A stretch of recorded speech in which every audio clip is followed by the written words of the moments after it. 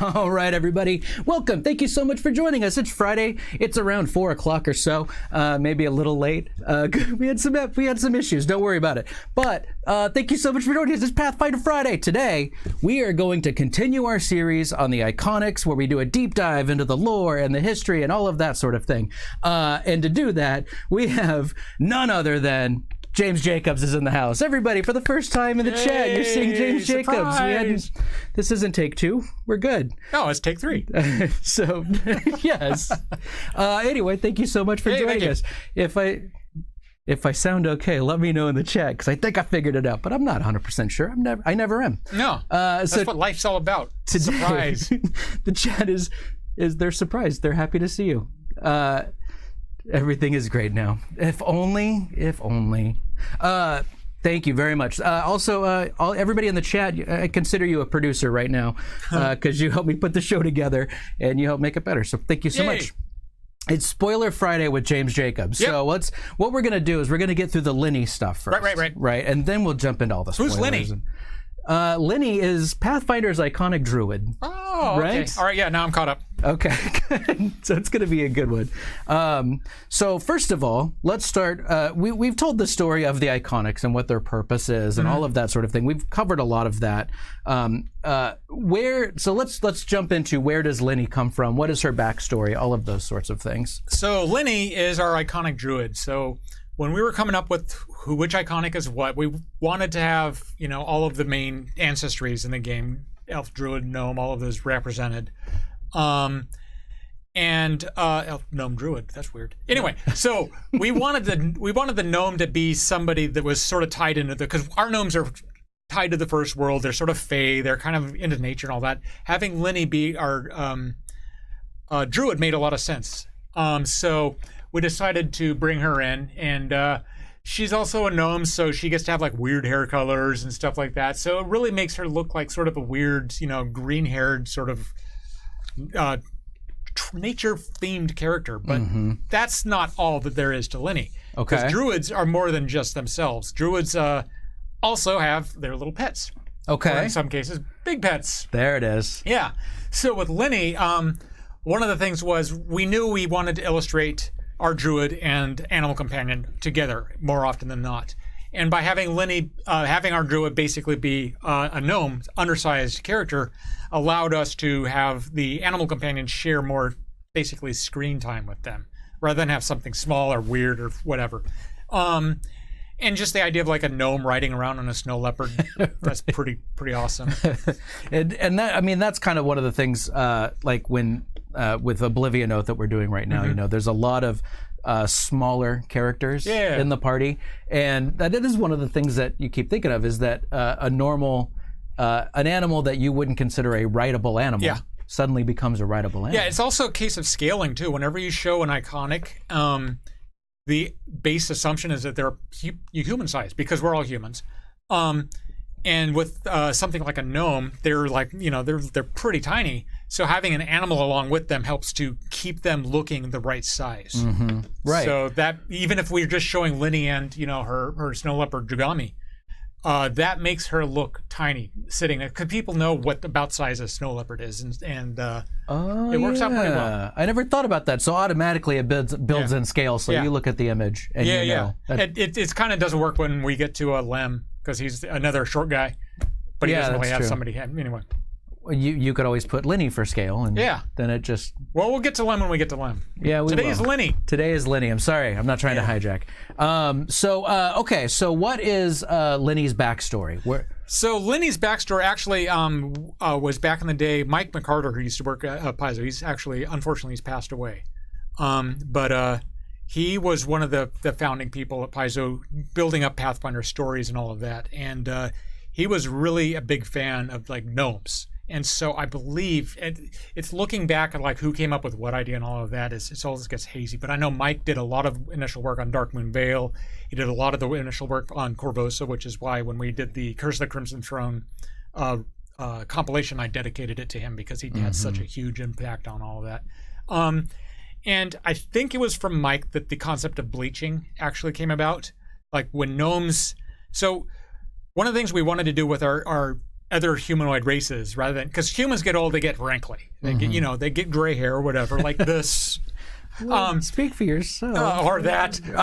Dang it. And I was speaking for myself. So like elves don't really get wrinkly when they get old. They kind of just stay sort of ethereal, like kind of what they do. But with gnomes, the idea was as they get older, they bleach.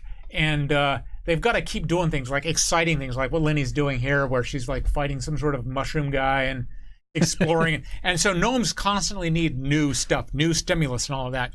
And Mike McCarter came up with this, I think it was him, came up with the idea that if they don't do this, they start bleaching out. They don't get wrinkly, they don't get stooped over, they just lose their color and become more and more morose and kind of just... So then it's almost... that's really poetic, actually. I love that. It's great. It's one of the things, too, that traditionally in role-playing games, gnomes have always been... They're dwarves, but they're more magic. Right. And that's kind of frustrating. By tying our gnomes in with the first world and making them more fey and giving them this element of bleaching and this idea that they have to constantly go through and do new things, experience new stuff, explore. And Wayne Reynolds, of course, when he was building up the design for Lenny, I think he may have talked about this in the video that we posted a while back, just recently, right? Anyway, the idea that gnomes are hoarders, they collect things. And in Lenny's case, she collects sticks. Every time she goes to a new forest or something, she'll pick up a stick. It's like, this is the stick from the Linneys Kingdom. This is the stick from, Churlwood in Varissia. This is the stick from wherever. And so she's got that on her little... All of the Iconics have these like little things. Like Valorous has this little tankard. Marissa's got her little forehead gem. Lenny's got this little thing of sticks that she collects. Well, then, so that kind of leads into kind of her everyday carry. Yeah. Things that she has, pouches and holders and belts and this is also whatnot. Wayne. One of the things we asked Wayne to do when he was working with us to develop second editions, the look and all of that, was to basically do all of their Iconics loadout, all of their gear, all of their equipment. And in a lot of cases, that dovetailed into like, in Linny's case, this is kind of gnome stuff. So gnomes have a lot of, in Linny's case, in specific, it's a lot of druidic type paraphernalia. Yeah. So it's like got a sort of a natural look. Yeah. And I'm sure if Wayne were here, and actually there's a video all about this. Yeah. But if Wayne were here, we could probably pan the camera over to him and he would tell you all the intricate little things about each one of those pieces, which if you've not seen any of those, that's kind of why we're doing this series, is to kind of go along, even though we knew we weren't going to do one a week. Right. Like, that's too much. One a month. There's 12 Iconics, 12 months. One a month is fine. I think Sarah Robinson, now that I think about it, was the source. I'm going all over the place. But with the Druid, is like they've got one animal companion. And once you pick it, you can't swap it out. Well, you can, but you don't want to for an Iconic. And I think it was Sarah Robinson, our creative director on the art side, that was like, make it a snow leopard because they're cute. And she's not wrong. She's not wrong, no. So, all right, so... I would have picked a dinosaur. In fact, I picked a dinosaur for the Dungeon Druid. Did you really? Dungeon Iconic, yeah. What kind of dinosaur? A Velociraptor. A Velociraptor, of course. Deinonychus, it's a Velociraptor. Because the bigger dinosaur wouldn't fit on the page. It's all about I scale. guess that's true. It's scale. Again, scale is important when it comes to animal companions. Yep. Can't have large bears. No, you can't. Where does Lenny hail from? Do we know this? I think, so once we get out of the Iconics that I actually wrote the backstories for, things start, and we've done 41 or whatever of them, I start getting hazy. Lenny, I believe, is from the land of the Linneys Kings. Okay. I think. There's certainly a lot of gnome, like, fey magic going on there with Linneys, of course, coming from the First World. I'm pretty sure that's where Lenny's from. And that chat, or Mark, if Mark's in the chat, he'll let us know immediately. But the idea is that she's also, all of the Iconics have these built-in, like, there's the sketch for the second edition. Yeah. But they all have this like wanderlust because they're supposed to show up all over the place. You can't just have an Iconic staying in one area. So and I think which works perfect with being a gnome. Like they have to go. Keep going. Yeah. They're like a shark, but instead of food, they're always looking for like something just bright colors. I think so. Raz said in the chat that Raz Kataz said that the whole idea of losing your color and kind of paling just out and everything, it's actually a little bit scarier than aging. Like aging, you wrap your head around and it slowly progresses. It depends. I mean, because if you're used to basically being like bleaching out, the idea of like, oh, when you get older, your skin's gonna get loose and hang from your body. You're not gonna be able to remember everything. Your hair is gonna like fall out. Right. Yeah. Getting old is just scary anyway. So getting old is just scary. Well, good thing we don't have to worry about that. We're right, fine. James? Once this goes online, we're immortal. We're good. Yeah, locked in. I don't look a day over 25. Come on. And thank dog you. years. Oh, thank you. It's so 25 centuries. Let's see. What are some high points of Lenny? Some of the. So one of the things also with Lenny is that since she's a druid, we'd already with Kira started using all of the ideas like worshiping a specific deity and having religions focused on a specific god. Linny, as a druid, is the other major religious type character in the game. You know, a spellcaster that gets their power from their faith. And with Lenny, we had to a certain extent, we did this with rangers and paladins, but they're also as much like, fighting types. With Lenny, since she's a full spellcaster, this was a chance for us to explore not worshiping a deity as much of worshiping a concept or a philosophy. Right. And so in that way, the Green Faith was born. And with the development of the Green Faith, we looked at like how druid type stuff has happened in previous versions of the game just through the last several decades, but also looking at like real life, like nature cults and nature worship and all of that stuff, like Mother Nature, Gaia, that type of thing. And bringing in this sort of philosophy that a lot of druids, not every druid has to worship, follow the Green Faith. Some of them will worship Gosri, the goddess or the goddess of nature and all that. Some of them might even worship Nethys and have a more magical version of it. You can worship. There's a lot more choices. But the Green Faith is very much the idea that nature is its own thing. It's impartial. It's not there to help you. It's not there to hurt you. You could have some. I mean, look at the snow leopard, for example. It's cute, but it will eat you if you don't watch out. Yes, it will. It'll definitely eat you. One of the elements that we drew upon a lot of in those early days, myself and Wes Schneider in particular, we at that point were really obsessed with Werner Herzog, who's this great director, and he does a lot of this. He did like Grizzly Man and Agiri the Wrath of God, all of these movies about the impartiality and chaos and deadliness of nature, and that whole element that nature is beautiful but deadly at the same point is what the Green Faith is all about. Right. And I feel like with like being the combination of a gnome and a druid, it is a combination that just works on so many different levels. It also gives gnomes a little sort of that sort of double-edged too. Like gnomes, they're like this tall, and there's the idea of like the gnome is in your garden and with the little pointy hat.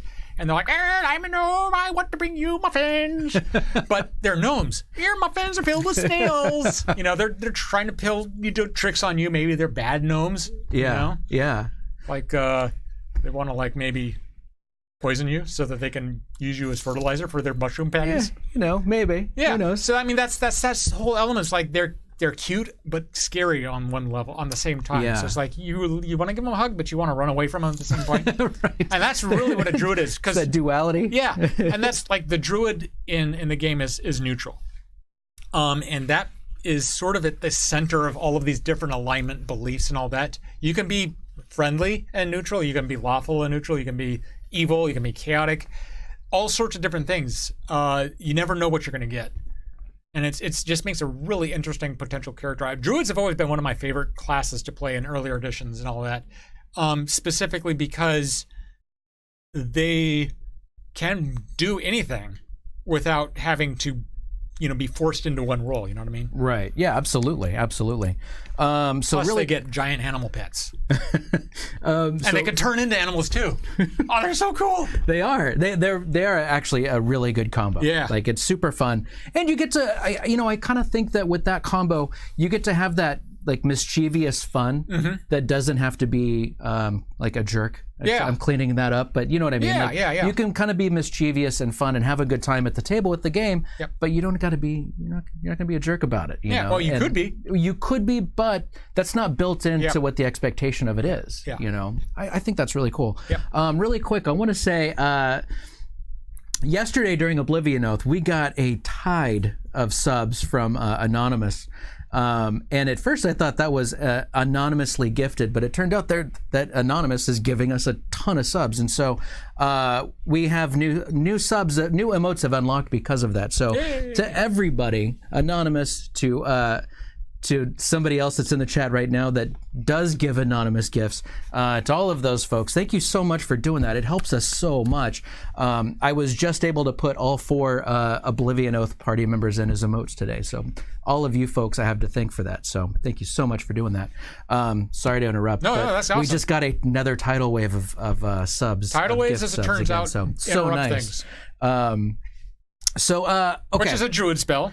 Tsunami. That's right. Yeah. So actually, and somebody in the chat was asking if you had to guess, what would Linny's favorite spell be? Like, what would be the one that keeps coming back? I can't really answer that without, sneaking in my own personal favorite. There's a lot of great classic druid spells. Like Creeping Doom is awesome because it does so much damage. Yeah. I think her favorite spell would probably be Awaken. Awaken, really? Yeah. Oh, that's kind of sweet. Yeah, well, it's kind of sweet, but it's also like, you could wreak a lot of havoc with Awaken. Just go into the zoo and like, doop, doop, doop, doop, monkey, now you can play chess. Lion, now you can plot. Elephant, now you can like ambush people or whatever. You can read what they're talking about, Yeah. Just giving animals and trees as well the ability to do their own thing. It's really fun in game to do that. It's mischievous. Mm-hmm. To a certain extent, it's like kind of on one level, it's like heretical for a druid to awaken animals and plants because that makes them unnatural. So it's this sort of weird give and take. I don't know. So then there's a new spell actually in 2nd edition. Really? That may or may not have been in the playtest, but it does involve you turning into a dinosaur. That one is probably my new favorite. That's confirmed in 2nd edition? Well, there's dinosaurs in 2nd edition for sure. Yeah. Because I still work here. But yeah. So there might be the Friday spoiler. The dinosaurs are on the way. There it is. All right. Sorry if I'm yelling and breaking your microphone. I don't think you are. Dinosaurs are noisy. Look, I mean, I think that they invented the compressor DTS is actually dinosaurs. working pretty good on the mixing board. Good. So we'll I'll see. be quiet. So people are very happy about this. So then with Lenny, do we think that like her go-to mood would be mischievousness? Is that a word? Mischievousness. Well, yeah. Mischievism. That's she's definitely not. She's not like a gloom and doom kind of character, and she's not like somebody that's always about to like, oh, it's okay, we'll all be happy. She's definitely mercurial, is a good word I would say with her. She's sort of like, she's got a sense of humor because all gnomes tend to have senses of humor, and nature is like that type of thing. You could like, oh, that's a beautiful flower. I'm gonna go sniff. I'm allergic. You never know what you're gonna get. So the idea is you have to laugh. Yeah, you have to laugh. Or else what? Yeah. All right. So yeah, Linneosaurus. Lennosaurus. I like it. There's probably one of those already. There's a lot of dinosaurs. Linneosaurus. Mischievousness. Thank you. Yep. Mischievousness. Nailed it. Yep, Got it. First try. After I edit that, it's gonna. Yeah, it'll look. Yeah, it'll be perfect. Magic. Fix it in post. Yeah, we'll do that. And then so finally, I think the last image that I've grabbed here is going to be. Mythic Lenny. Yeah. Is there going to be a fun? Would there be a fun transformation between the character of when she hit Mythic? No, I mean, when you go Mythic, you obviously get all sorts of crazy new powers, and you just transcend up into some new area, like whether you're Archmage or Hierophant or Trickster or something like that. One of the things that has always intrigued me about the Mythic rules is that there's 6 options, and for a couple of them, they seem like obvious ones, like Archmage. It's like obviously if you're a wizard, you're going to do Archmage. And if you're like a druid or a cleric, obviously you're going to do Hierophant because that expands out your religion or your spellcasting. The thing that I really like is going against type. I could see Lenny going in as the trickster route, where she's still a druid, but she's kind of sneaky and shenanigan oriented or something like that. I could also see her going in through the guardian route where she's like defending nature and just becoming like she's a little gnome, but she's just this resolute force of nature that can't be stopped. So that's one of the things that's really interesting about Mythic is it can either make you over the top at what you already do, or it can take you in another direction entirely. So it's just a neat sort of combination. Yeah, absolutely.